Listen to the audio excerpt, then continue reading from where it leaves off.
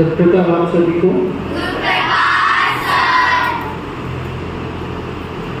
अब सद्गुरु जी की मैं शक्ति का क्या आपको बताऊं कि नवाब जी के सामने मैंने 2 दिन पहले अपने एक फ्रेंड सर्कल में जो डीएवी ग्रुप है हमारा, जहाँ पे मैं पढ़ता था, उन्होंने ग्रुप बना रखा है डीएवी ग्रुप। उस ग्रुप में मैंने रिक्वेस्ट डाली थी कि हमें बड़े कूलर लेने हैं, तो उसके लिए जो आप कर सकते हो 4 कूलर चाहिए हमारे को। तो अप्रॉक्स मैंने आइडिया दिया था कि 11,000 रुपये के कूलर आए। तो संडे को अभी उन्होंने फंड आना शुरू हो गया, 5 लोगों ने भेज दिया था, मैं नाम बताता हूँ। लेकिन उससे पहले यहाँ के सत्संगी ने आज कूलर यहाँ पे लगा दिया, सोनी जी ने। एक बार तालियां बजाएं सोनी जी के लिए।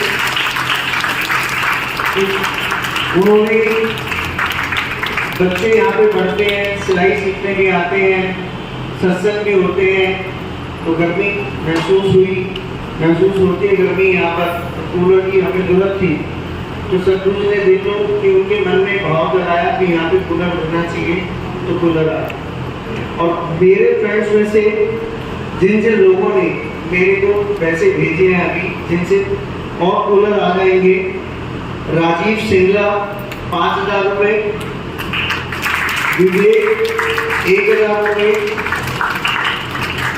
पिट्टू कारवा 5100 रुपये, राजन जी 2100 रुपये,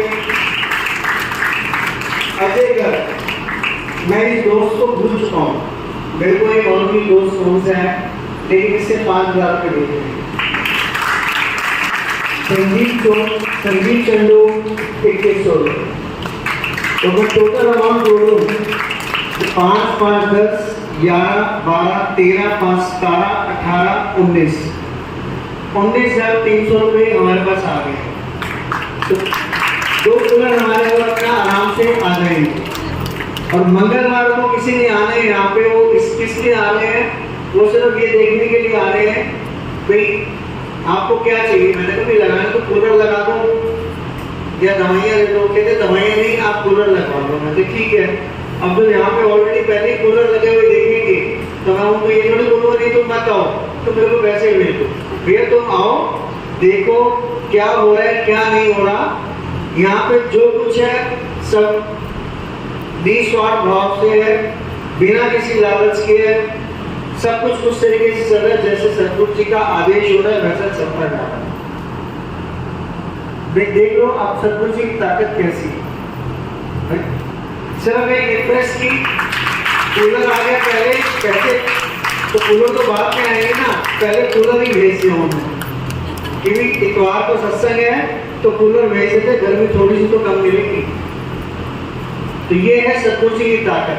जिस दरबार में आप बैठे हो वो सर्वगुण संपन्न, पूरी एक देह स्वरूप में ना होकर अभी प्रतिमा के रूप में आपको दिख रहे हैं, लेकिन आप जो अर्जी इनके आगे लगाओगे आपकी अर्जी फेल नहीं होगी। मैं दावे के साथ कह सकता हूं। अभी जो आज हमारे बच्चे आज भी गए थे आर ब्लॉक की झुग्गियों में कैंप लगाने, वहां पे हमारे को सुनने को क्या मिला कि भी ये लोग नहीं आएंगे, ये इलेक्शन तक आए थे, इलेक्शन के बाद इन्होंने नहीं आना, वे सिर्फ इलेक्शन के लिए आए थे। जबकि हमारा टारगेट क्या है कि जब तक सद्गुरु जी हमसे सेवा कराएंगे हम वहां पर सेवा करने जाते रहे, हम वहां से पीछे नहीं हटेंगे। आज तो 85 साल के मदन जी और 72 साल के नवाब जी भी इतनी तपती गर्मी में सर पे कपड़ा रखकर वहां पर पहुंचे हुए थे। सुषमा चोपड़ा बहन जी में आई हुई थी, और हमारी होने वाली संसद सदस्य कमल जी सहरावत जी यहाँ पर भी आएंगी, और आर ब्लॉक की झुग्गियों में भी मैं उनको लेके जाऊंगा कि हम जिस तरह से जिस प्रकार से ये छोटे छोटे बच्चे आपके कोहिनूर के हीरे जो वहां पर जाकर सेवा कर रहे हैं, लोगों को पानी भी पिला रहे हैं और दवाई भी दे रहे हैं, ये अपने आप में अद्भुत है। ऐसा कोई बच्चा नहीं करता, ये अलग ही बच्चे हैं इनके अंदर परमात्मा ने एक अलग भी समझ लो कि एक शक्ति डाली है या इनकी इच्छा शक्ति को बदल दिया है। नहीं तो कोई भी बच्चा अपने खेल कूद को छोड़ के एक सिर्फ हमारे कहने पे वहाँ पे 8 ब्लॉक की झुग्गियों पे, जहाँ सिर्फ मतलब बहुत ही गंदा एरिया है वो 8 ब्लॉक की झुग्गियाँ, मतलब मिनट से पहले मतलब इतना गंदा है वहाँ पे, शराबी भी घूमते रहते हैं रोड पर और कभी ना कभी लड़ाई हमारी हो जाती है। ऐसा नहीं लड़ाई ना हो, मैं गुस्सा हो जाता हूँ मैं किसी न किसी वजह से। क्यों? क्योंकि वहाँ का माहौल ही ऐसा है। लेकिन हमने तब भी उस एरिया को चुना क्योंकि वहाँ पर इस चीज़ की जरूरत है। तो हम वहाँ पे जाए जहाँ पे पहले पेट भरा हुआ है तो क्या फायदा? खाना खिलाने का तो वहाँ पे फायदा है ना जहाँ पे पेट खाली हो, जिसको भूख लगी है हम उसको खाना खिला रहे हैं। आपका खाना, आपके अन्न का लाभ तब आपको मिलेगा जो पहले खाना खा के आया हुआ है। आप जितने मर्जी गेहूं परोस दो, 56 भोग परोस दो, उसके लिए वो बेकार। क्यों? क्योंकि उसको व्यर्थ लाभ ही नहीं। तो अभी जो मैंने आपको जो थोड़ी सी मैं आपको एक बात समझाना चाह रहा हूँ, मालक उनकी सार लेता है जो भक्ति करता है। आपने शब्द सुना होगा सत्संग में, मालक उनकी सार लेता है। मालक मतलब परमेश्वर से, सार का मतलब होता है उनकी सुध लेता है, उनके बारे में सोचता है, उनके बारे में सोचता है। इन सब के लिए अपना कुर्बान करना पड़ता है। लेकिन मालक की साथ देने के लिए अपनी इच्छा शक्ति को दफन करना पड़ता है। आपकी इच्छा शक्ति, आपके मन की शक्ति क्या है? अच्छे अच्छे व्यंजन, अच्छा घर, गाड़ियाँ, बंगले, जो उसके पास ये सुख है मेरे पास भी ये सुख हो, इन सबको दफन करना पड़ेगा। परमात्मा की भक्ति में लगना पड़ेगा, तब जाकर आपको परमात्मा प्राप्त होगा। ये जो चीजें मैं आपको लाइनें में आपको बता रहा हूँ, आपको ये ध्यान रखनी है। कुर्बान मतलब, कुर्बान का मतलब समझते हो ना, लोभ और लालच से भक्ति नहीं हो सकती। लोभ और लालच से भक्ति नहीं हो सकती, इसको छोड़ना पड़ेगा। मन की सोची नहीं लेनी, मन की प्रीति नहीं चाहिए। मन की सोची, मन आपका है, सोची का मतलब है कि मन के अनुसार नहीं चलना। मन आपको कभी सीधा नहीं चलाएगा मन तो चंचल है। मन तो कोई चीज देखेगा, ये भी चाहिए, ये भी चाहिए, ये भी चाहिए। तो ये मन की सोची नहीं लेनी। सतगुरु जी ये भी लाइन बोली है। अगली बार यही सत्संग लगेगा तो आपने ये लाइनें ध्यान रखनी है जो मैंने आपको समझाई है। सोची का मतलब है कि मन का ध्यान नहीं लगाना। किसका ध्यान लगाना है? भक्ति का। किसका? भक्ति का। आपका मन, सतगुरु जी ने उसको क्या बोला है? आपका मन हाथी से भी ज्यादा शक्तिशाली है। हाथी कितना बड़ा, कितना ऊंचा, लंबा चौड़ा होता है, और आपका मन कितना है? इतना। लेकिन उसकी जो शक्ति है वो हाथी से भी ज्यादा बढ़ाई सकती है। अगर आपने आपके मन को दूसरी तरफ मोड़ दिया ना, गलत तरफ, लालच की तरफ, तो आप उसको वापस नहीं ला, वो फिर आपको भक्ति की तरफ नहीं आने देगा। ये सब लाइनें बीच में आएंगी, अगली बार आपने सुननी है, यही सत्संग लगेगा। और मैं आपसे बुलवाऊंगा, ये ध्यान रख लेना। अभी सुन रहे हो ना, मैं आपको क्यों वहां पे बैठा लिख रहा था कि जो पंजाबी नहीं समझ पा रहे तो कम से कम वो जैसे मैं समझा रहा हूँ आपको, तो ऐसे समझकर आप अगली बार माइक पकड़कर बोलोगे। और जिसको मैं उठाऊंगा उसको बोलना पड़ेगा। और वो व्यक्ति, अगर वो लेडीज अगर नहीं बोलेगी तो सारे बच्चे, चाहे उसकी मम्मी हो, चाहे उसकी मासी हो, चाहे उसकी बुआ हो, शेम शेम करेंगे। क्या करेंगे? जोर से बोलो, शेम शेम करेंगे।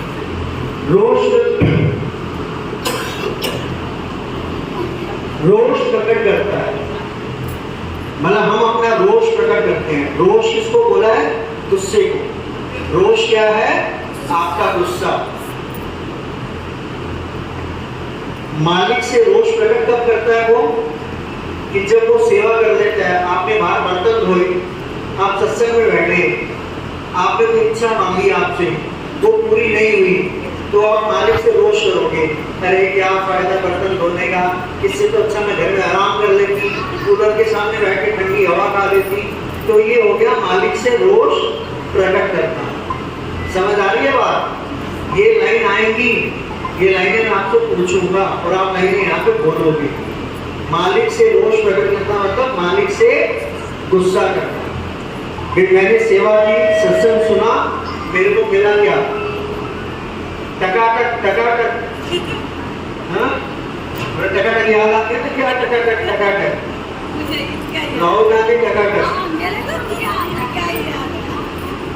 आनंद गुरु से मिलना, आनंद, जैसे सदगुरु जी शब्द यूज करते हैं आनंद, भी आनंद किसी का नाम नहीं है।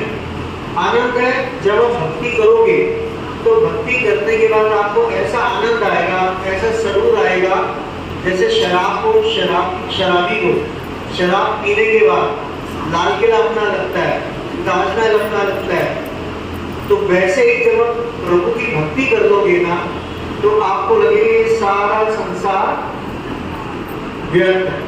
मैं वहीं पे जहाँ पे भक्ति की थी, जहाँ मेरे को प्रभु 2 मिनट के लिए लेके गया था, मैं प्रसन्नचित हुआ था, वहां जाकर आनंद मिला था, मैं वहीं पे पहुंचा।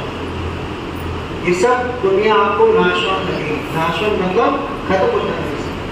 आपका शरीर भी आपका नहीं है। जिसके कर्म माड़ा, माड़ा मतलब गंदे होते हैं।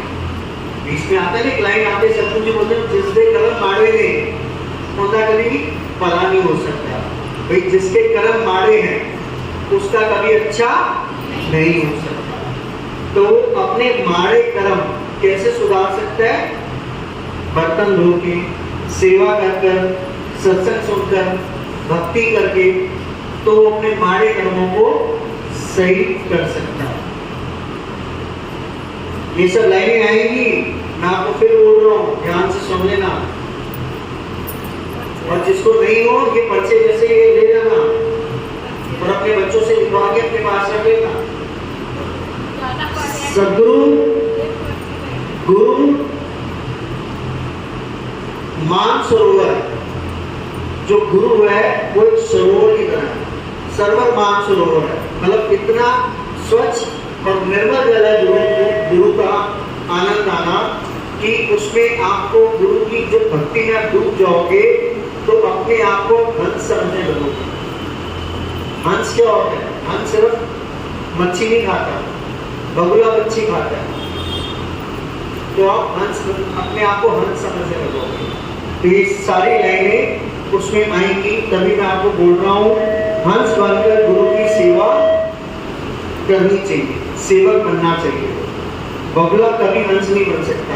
और अगर बगुले बने रहे सारी उम्र ऐसे ही सिर्फ आए, कानों से सुना, लंगर खाया और घर को चले गए, तो बगुले बने रहोगे, हंस नहीं बन पाओगे जब तक गुरु की भक्ति नहीं करोगे।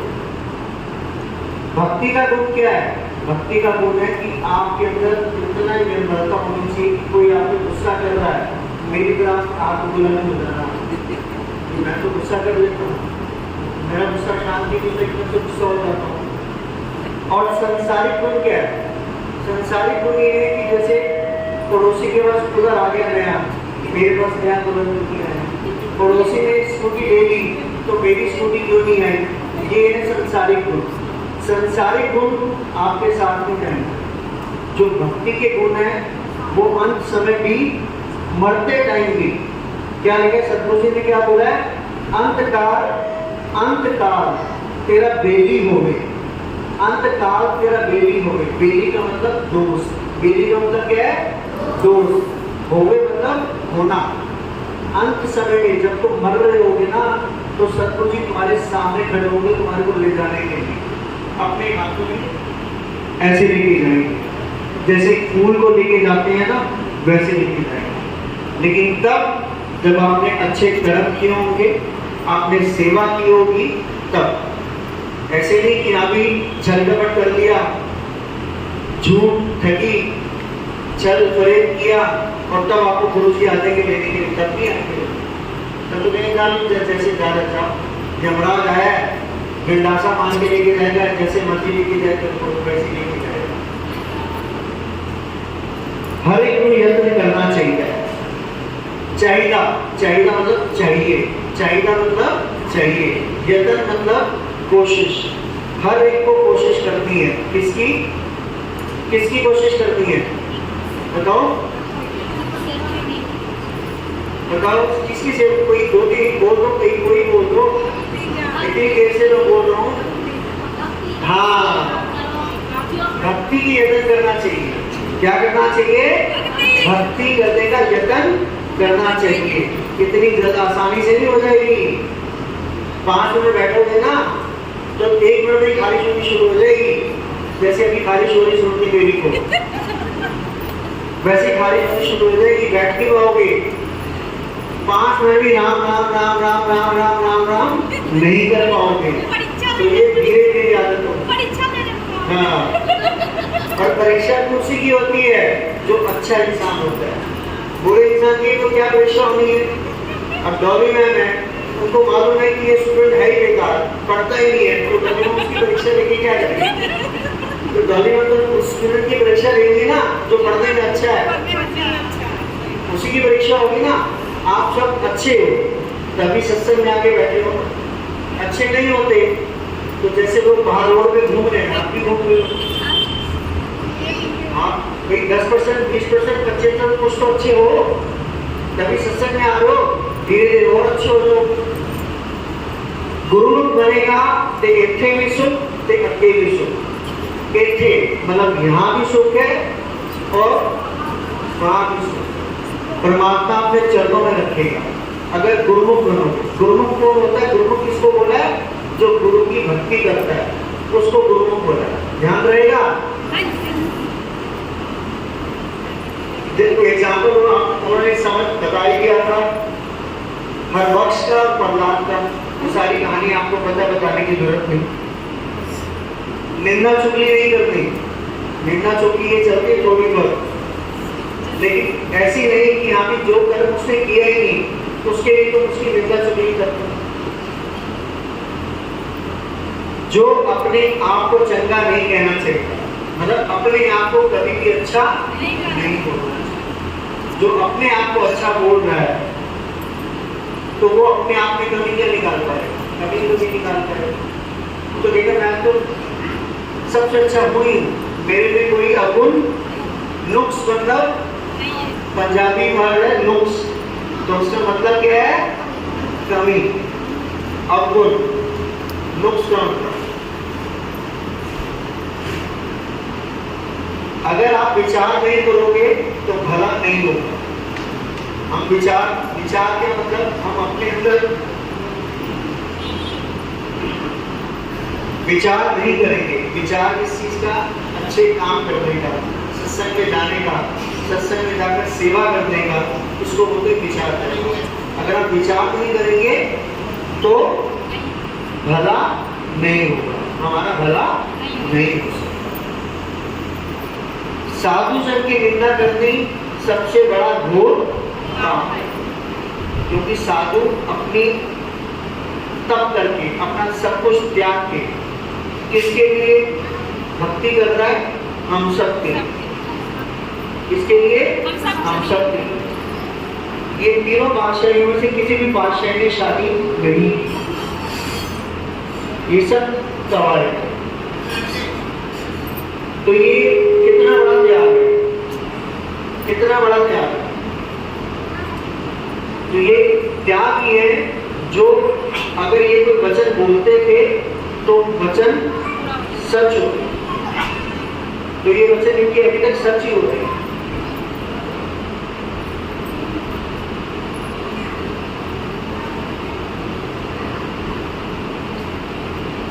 जेड़ा अपने आप को राम तो भी चंगा कहता है, जो अपने आप को, जेड़ा मतलब हम, जेड़ा मतलब हम अपने आप को राम नाम तो भी चंगा। राम नाम से भी अपने आप को बड़ा बोलता है, अपना जन्म ही गवा देता है, मतलब वो अपना जन्म ही गवा देता है। जो उसको मनुष्य देह मिली है वो 0। जेड़ा सेवा भी करे ते भक्ति भी करे उसका रस अलग ही होएगा। मतलब जेड़ा अगर हम सेवा भी करते हैं और भक्ति भी करते हैं तो उसका जो रस होगा ना वो अलग ही होगा। रस का मतलब ये नहीं गन्ने का रस, मौसमी का रस। मतलब आपकी जिंदगी का जो एक आनंद होगा, जिंदगी जीने का जो आनंद होगा, लोग आपकी तारीफ करेंगे, लोग आपको अच्छा बोलेंगे, तो वो एक जो रस होगा ना वो अलग है। आपका चलना अलग माना जाएगा, आपका बैठना अलग माना जाएगा। तो ये आपके जीवन का रस हो गया। क्या हो गया? रस। आपके पास लोग आएंगे, 10 बात करेंगे, आपसे सलाह लेंगे, तो आपको कितना अच्छा लगेगा कि अभी मेरे में कुछ तो कला है, कुछ तो मेरे में बुद्धि दी परमात्मा ने मेरे को अलग से बनाया। जो लोग मेरे पास आते हैं कि मैं अलग से बैठता हूँ, मेरी अलग से एक अवभगत होती है, उसको बोलते हैं जीवन का रस। समझ आ गई? अब गन्ने का रस और ये रस दोनों पता लग गया, अलग है ना।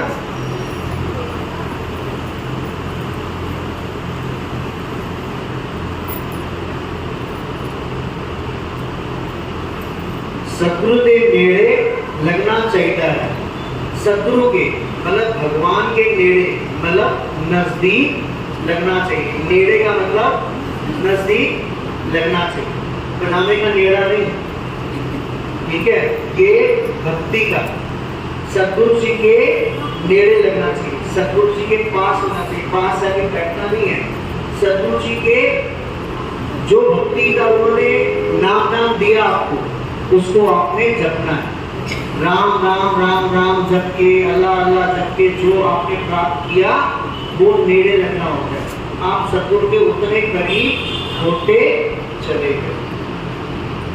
धन्यवाद। ये सब बातें आपसे मैं सबसे ये लगेगा आपसे पूछूंगा मैं।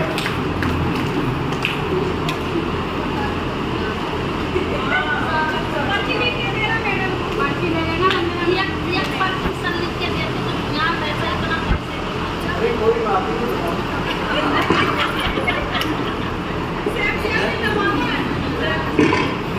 आप सबको मेरा सत्कार। कुछ आंटियों को कुछ समझ नहीं आया, मतलब कुछ बातें समझ नहीं आई।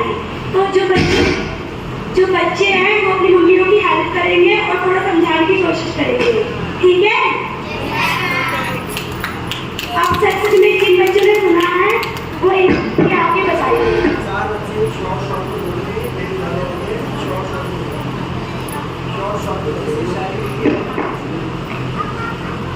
और आंटी अगर बोलना चाहेंगे तो बच्चों के पास बोल सकते हैं। आप सभी का मेरा सत्कार।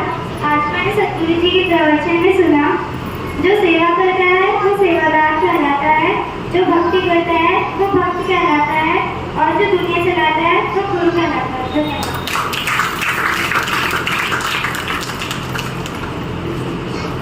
आप सभी को मेरे सत्कार। मेरा नाम पूजा खाना है।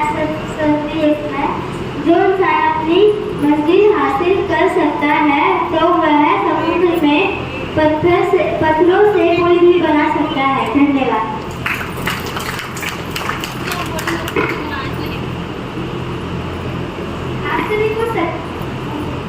आप सभी को सत्कार। मेरा नाम संजना और बताऊंगी कि मैंने सत्संग में क्या सुना। इंसान का सबसे जरूरी काम होता है अपने काम में ध्यान लगाना। इसका मतलब ये नहीं है कि आप कुछ गलत काम कर रहे हो, उदाहरण के लिए आप चोरी कर रहे हो या फिर बेईमानी कर रहे हो तो उसमें आप ध्यान मत लगाओ। आप अच्छे कामों में ध्यान लगाओ, जैसे पढ़ाई में ध्यान लगाओ या भक्ति में ध्यान लगाओ। आपके पास पढ़ाई करने का पूरा समय है, पर आप पढ़ाई में ध्यान नहीं लगा रहे तो आपका ही नुकसान होगा, क्योंकि हमने बात करी है ध्यान की। तो इस हिसाब से जब आप बड़े हो जाओगे तो आपको खुद बहुत दिन याद आएंगे जो आपको पढ़ने का समय मिला था पर अपने कॉपी किताब खोल के नहीं देखे और दूसरी बातों में अपना ध्यान लगाया था। धन्यवाद।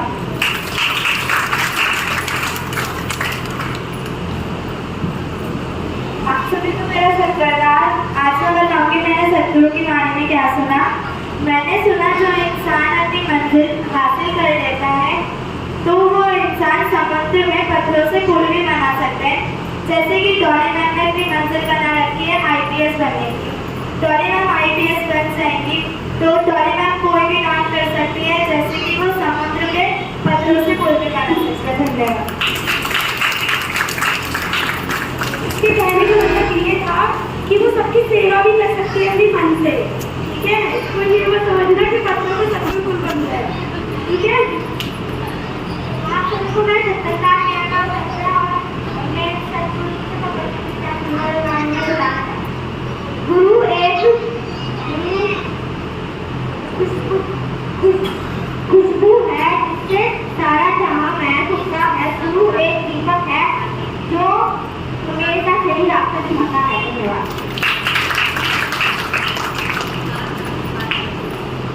आप सभी को मेरा सत्कार मैं आपसे एक क्वेश्चन पूछना चाहती हूँ कि अगर आपके सामने गुरु हो और भगवान हो तो आप पहले किसके पैर छूओगे, भगवान या गुरु के? गुरु के,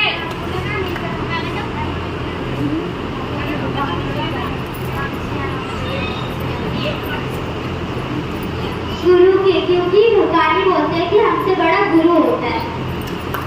धन्यवाद। और कोई कुछ बोलना चाहेगा?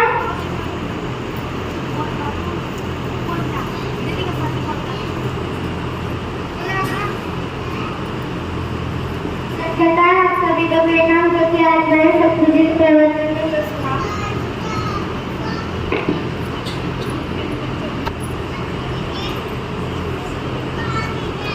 जिस शरीर को लोग सुंदर समझते हैं, मौत के बाद वही शरीर सुंदर क्यों नहीं लगता?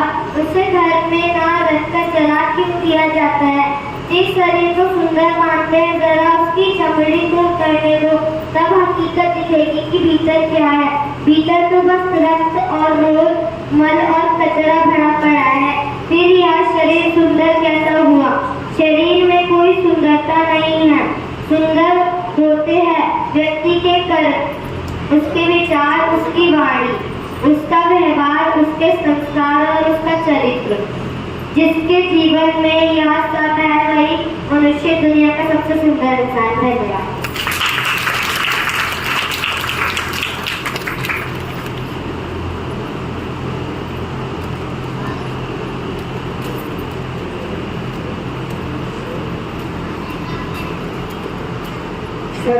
सारे संगठन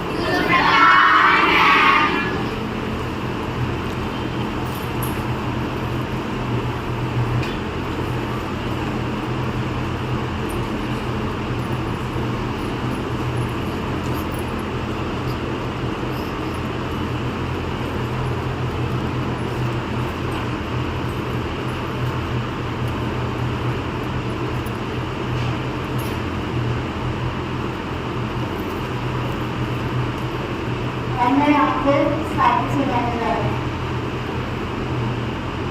राम स्वरूप के आश्रम में दिसंबर 1983 ईस्वी भाई राम स्वरूप संत कलर ऑफिसर में रहता है। उसका रंगाई का कारखाना खालसा कॉलेज के सामने था। आतंकवाद के समय हाथ धोने कारखानेदारों और सरमाएदारों को फिरौती के लिए चिट्ठियां पानी शुरू कर दी।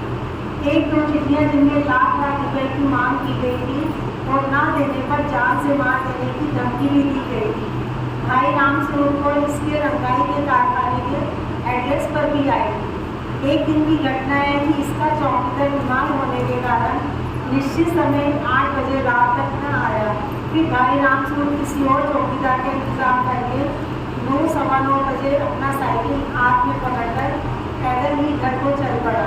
कारखाने से घर का फासला 4 किलोमीटर था और उस समय बूंदाबांदी भी हो रही थी। भाई राम स्वरूप सिमरन करता और सतगुरु सच्चे पिताजी का आसरा लेकर चलता जा रहा था।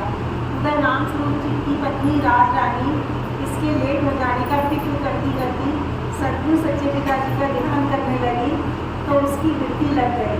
सतगुरु सच्चे पिताजी ने राज रानी को यह सारा भगत दिखाया कि राम स्वरूप चौकीदार से कारखाने का ताला बंद करवाकर साइकिल हाथ में पकड़कर घर को चल पड़ा है और सतगुरु सच्चे पिताजी राम स्वरूप के साथ साथ चल रहे हैं। रामस्वरूप ने जब अपने घर का गेट खटखटाया तो इसकी पत्नी की वृत्ति खुल गई। जब रात रानी ने दरवाजा खोला तो भाई रामस्वरूप घर के अंदर चला गया। जब भाई रामस्वरूप जी अपने घर बैठ गया तो उसकी पत्नी ने बताया, आज तो सचमुच सच्चे पिताजी ने कमाल कर दी है। भाई रामस्वरूप ने उससे पूछा, आज क्या कमाल हुई है? तो उसने कारखाने से घर तक सतगुरु जी की दया का सारा हाल बताया। सतगुरु जी का अंग संग रहकर अपनी रक्षा करने की बात सुनकर भाई रामस्वरूप धन सतगुरु कहने लगा। गुरबानी में लिखा है कि ताकि वौर न लागई पार ब्रह्म सरनाई, चो गिरत हमारे काम का दुख लगे ना कोई लगे।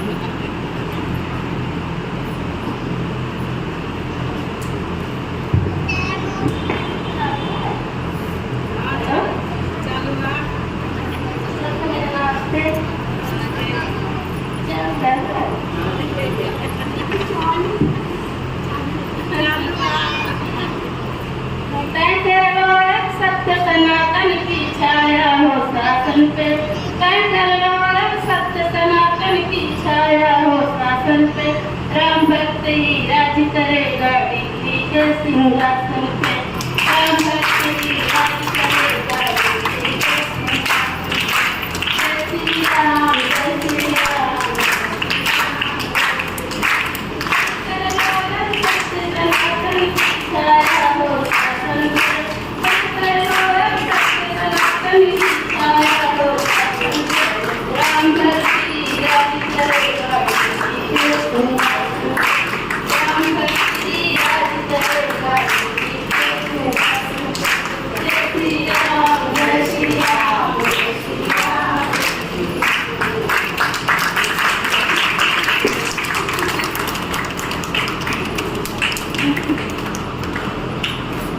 एक बार जोरदार तालियां हो जाए।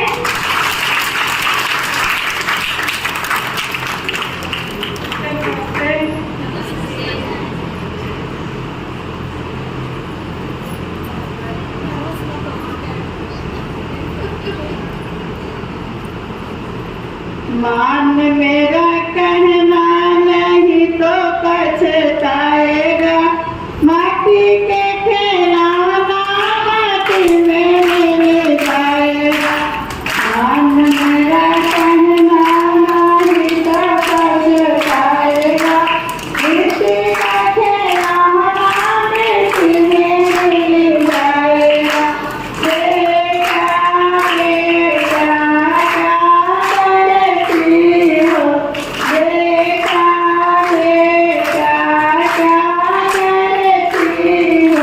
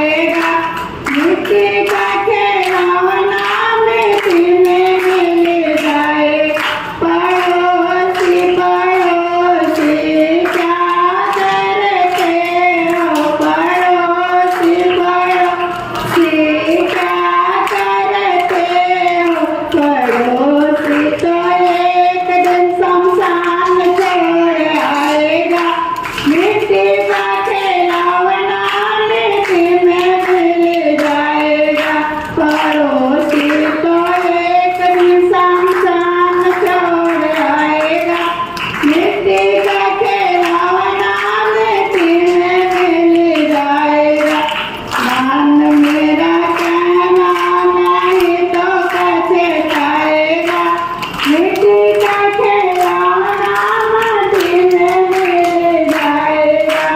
धन दौलत और तो जीवन है, धन दौलत और तो जीवन है, सारे पीछे ही पर रह जाएगा, मिट्टी का खिलौना मिट्टी में मिल जाएगा। सारे तो धरे के धरा ही रह जाएगा, मिट्टी का खिलौना मिट्टी में मिल जाएगा। नाम मेरा कहना नहीं तो पछताएगा, मिट्टी का खिलौना मिट्टी में मिल जाएगा।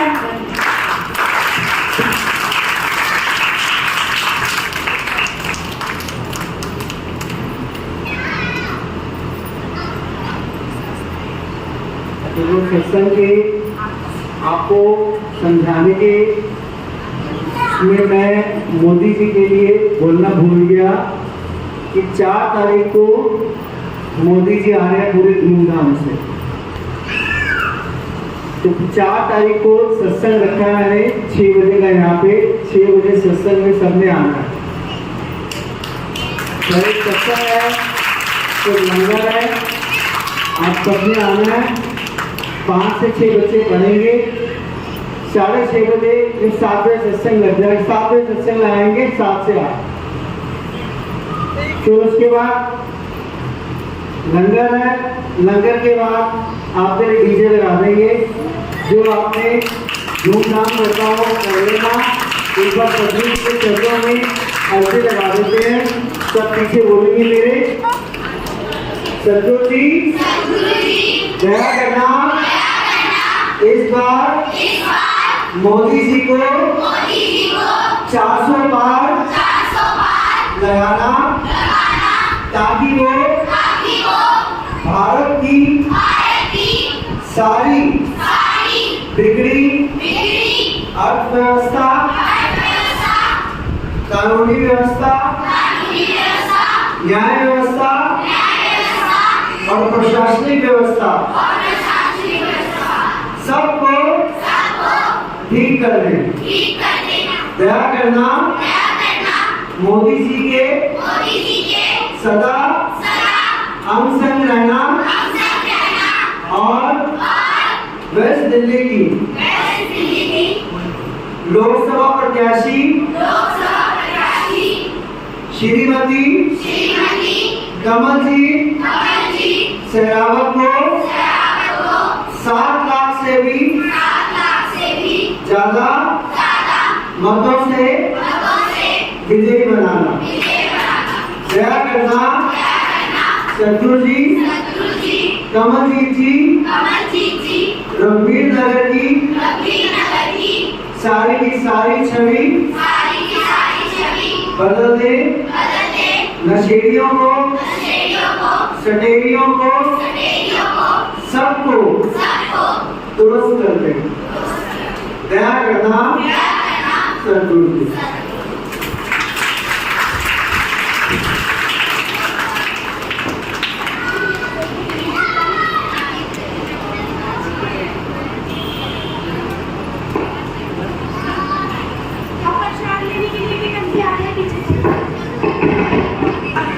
प्रसाद लेने के लिए पहले वो बच्चे आते जो सेवा